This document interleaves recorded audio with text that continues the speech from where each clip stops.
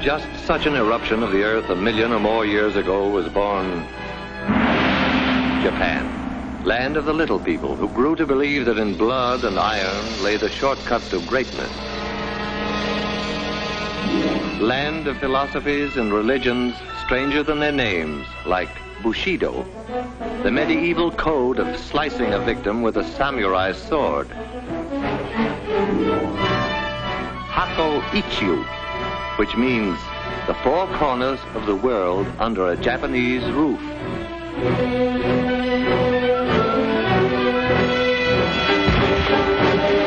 And Shinto, which assures its people that the answer to all things comes from the skies. The truth of that one they were to discover. Old Japan was primitive. The history of the new Japan is a story of successful copying. On a tradition of peace and love of the soil, the new Japan suddenly turned its back and copied our locomotives, our planes, our great ocean-going liners. Even Tokyo might have been transplanted bodily from the Western world.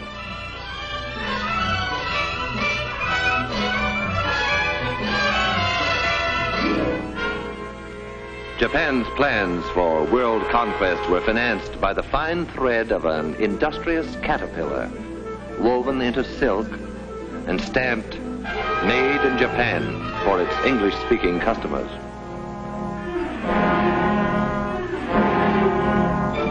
Soft silk sent away for hard scrap iron to be forged into weapons and returned to us eventually in hate.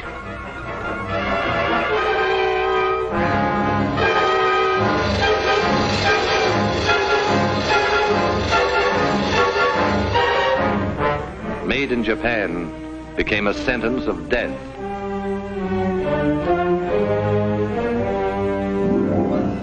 How will it end for the little people who wanted to enslave the world? The answer to that was to come, like the answer to all things, from the skies. Only when it came, it was to be stamped, "Made in America," as it was, for instance, on Doolittle Day, when the Hornet, the first Shangri-La, pointed her prow right at the heart of Tokyo.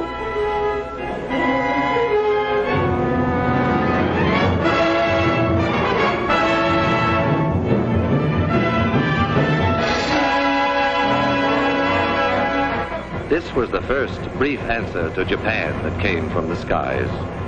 It was not to be the last. General Doolittle vowed, "We're going back to Tokyo, and we shall go in full array and with mighty allies." A weapon was ready.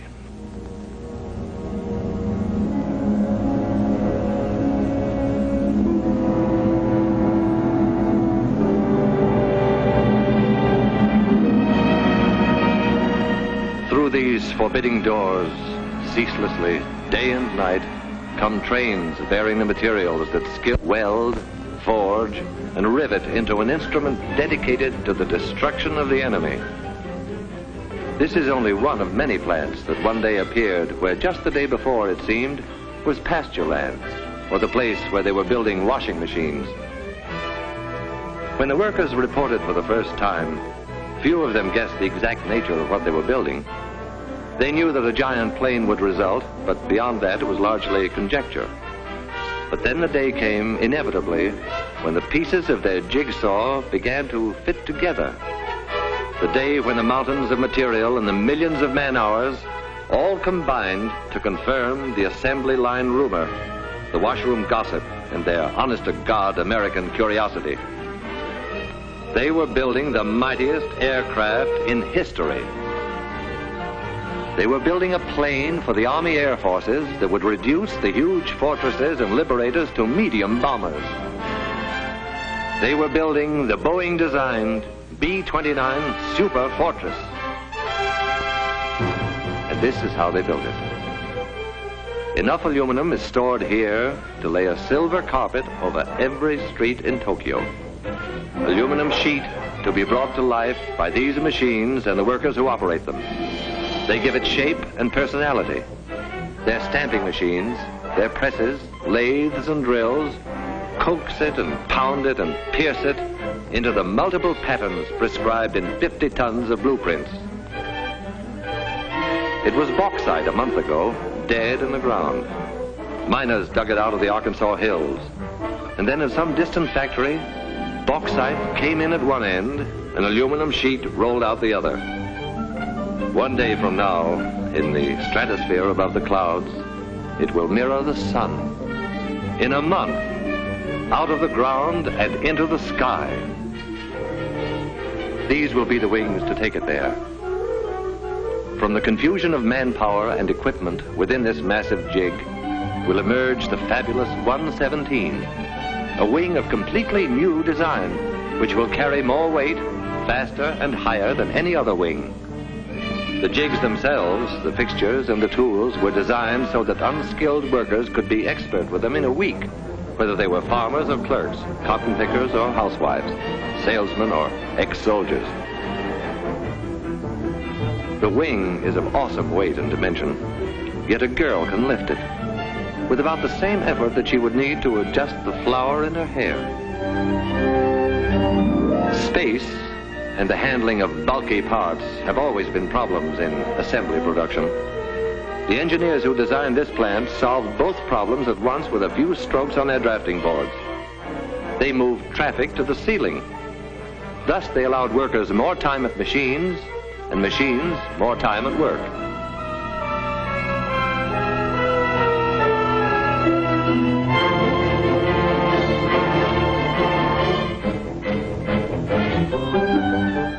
Here is the wing in a more advanced stage. If the workers imagined for a moment that they were in a shipyard, it would be understandable. The Mayflower was shorter from stem to stern than each of these wings from tip to tip. All the pilgrims who landed at Plymouth Rock could curl up within the gasoline compartments in the wing and sleep no less comfortably than on their long Atlantic crossing. Each of these nacelles will encase an engine of 2,200 horsepower, 4 of them harnessed to one superfortress, 8,800 horsepower. What does that mean? Horsepower means more than 300 miles an hour. Horsepower means flying high enough to see all the New England states at once. Horsepower means victory in the air. When these skeleton nose sections are enclosed in aluminum and glass, they will be the most comfortable cockpits a bomber ever had. The windows cannot cloud or frost. The pilot's instrument panel is less complex than the dashboard of an automobile. Soundproofing allows talk without the interphone. And because the entire compartment is a pressurized tank, the air remains practically constant from prairie level to the rarefied atmosphere over the Himalayas. Back of the control cabin is the huge center section. Here the wings will be set. Here the bomb bays will hold the greatest weight of death ever lifted into the skies. Toward the tail, another big pressurized chamber will house the rest of the crew, except the rear gunner, who has a cabin to himself. If in some stratospheric emergency a crew member must travel between front and rear pressurized compartments, he can slither through this connecting tunnel. An armor glass observation blister. Durable, crystal clear, eyes of every superfortress.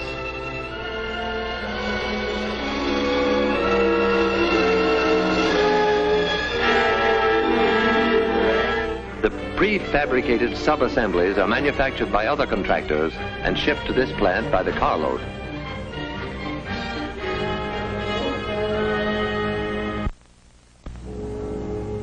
What has been shown here is being duplicated in plants all across the country.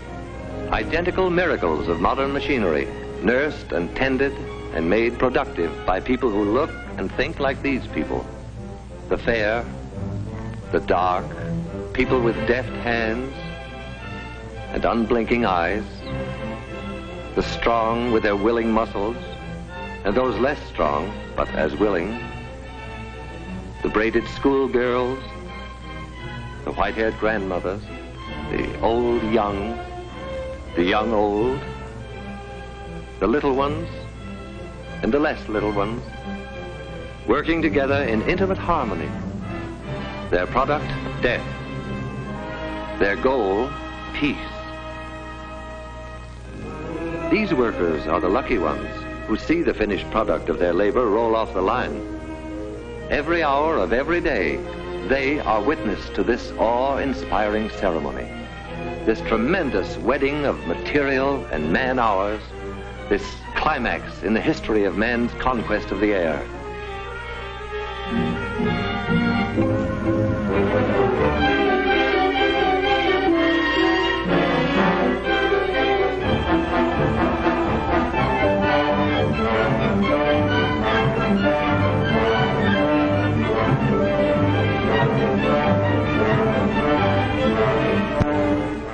But what of the others who helped, however remotely, to create an aerial weapon they have never seen?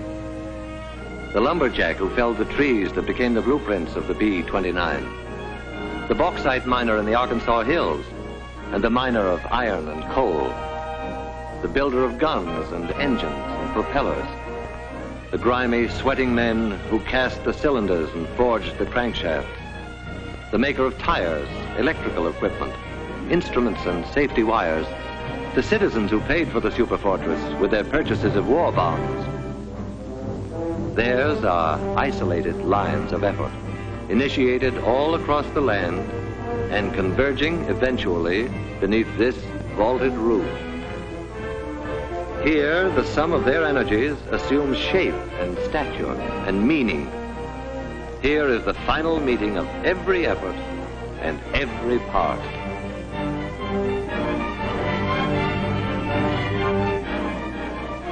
A bold insignia will proclaim to the enemy that this is the proud new weapon of the United States Army Air Forces. But it is our plane, too, because we, the people, built it. We conceived it, financed it, gave it wings. We powered it and armed it, and our sons and brothers fly it. The function of the people's superfortress is to break the race who turned their backs on reason, to spin them around to face the peaceful way of living. It is the people's answer to all the sneak raids, all the death marches, all the stabs in the back. It is our memorial to the fighting men who were not afraid to die, who bought with their lives the time we needed to make the weapons to win the war. Like this weapon, which 50 hours after its tests will be landing in India or China or some other faraway Shangri-La to regain its breath before the final assault for which the people destined it.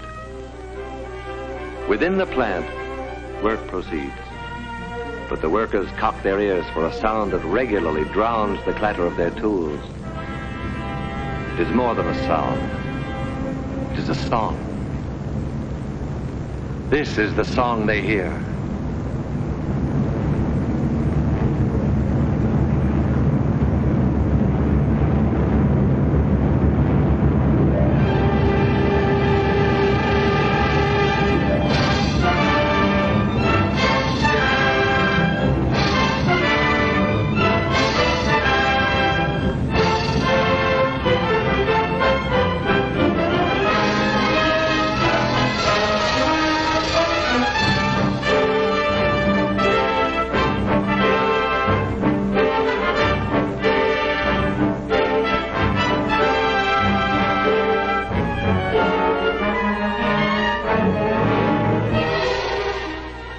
The story begins in 1939, when the far-sighted Army Air Forces said, "We want a plane for our defense that can fly a bomb load thousands of miles out to sea and return."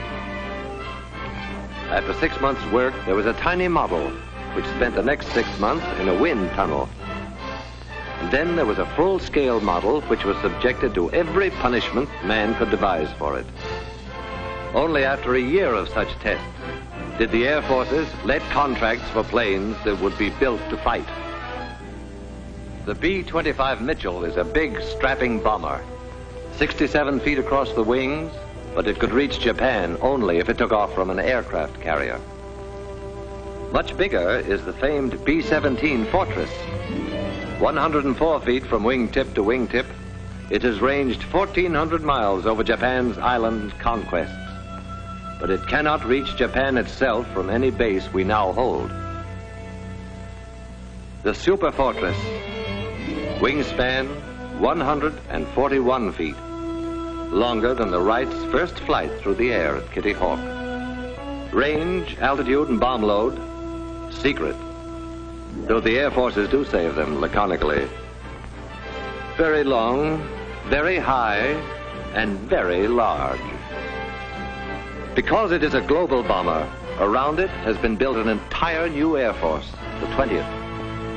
The 20th War Theater is the world itself. Its operations room is the war room of the Chiefs of Staff in Washington. Its planes will be treated as a major task force, in the same manner as a naval task force is directed against a specific objective. Watch it come in for a landing. A revolutionary set of flaps that constitutes nearly 1/5 of the wing area gives the ship a low landing speed and a shorter landing run than many a plane half its size. All this great weight of superfortress is supported by a tricycle gear whose tires require less pressure than a child's bicycle.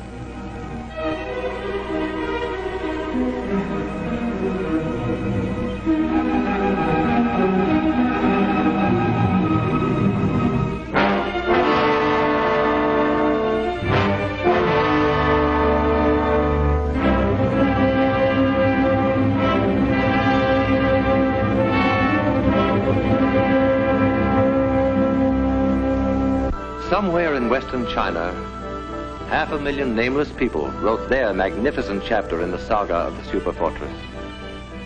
2,000 years after their ancestors built the Great Wall for the defense of China, these farmers transformed saturated rice paddies into airfields for offense against a new invader.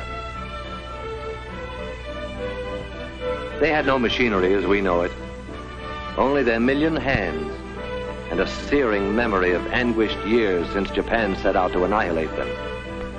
Stone by stone, layer after layer, bound together not just with muddy water, but with the blood of their brothers who died under the samurai's sword. And soon there were runways to bear the weight of a whole fleet of superfortresses. Revenge for the nameless people was close at hand.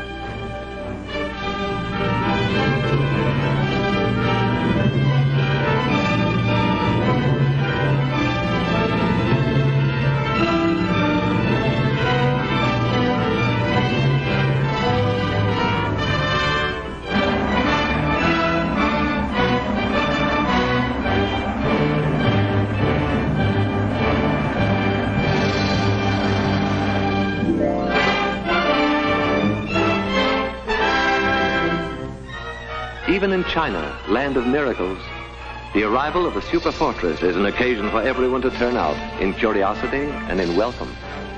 A welcome now, but journey's end on the other side of the globe is only the beginning of another, grimmer journey. The tanks will have to be filled, the engines given a final check, the guns armed, the bombs set in the racks, and then briefing. And the assembled airmen will listen to words that a few years ago would have been fantastic, but today roll casually off a briefing officer's lips. The target, gentlemen, is Japan.